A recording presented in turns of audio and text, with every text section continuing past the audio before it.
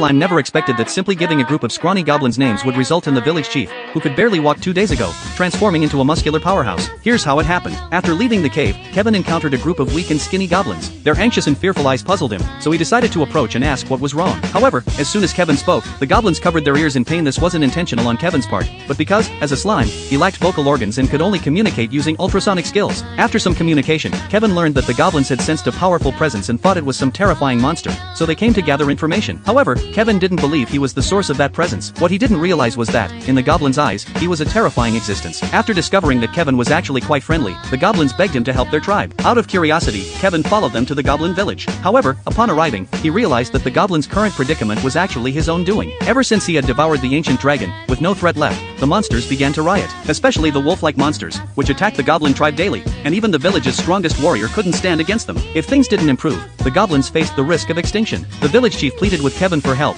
promising that if he was willing to intervene, the entire tribe would forever serve him as their master. Kevin fell silent, as he didn't consider himself particularly powerful, so he summoned the great sage to assess his abilities.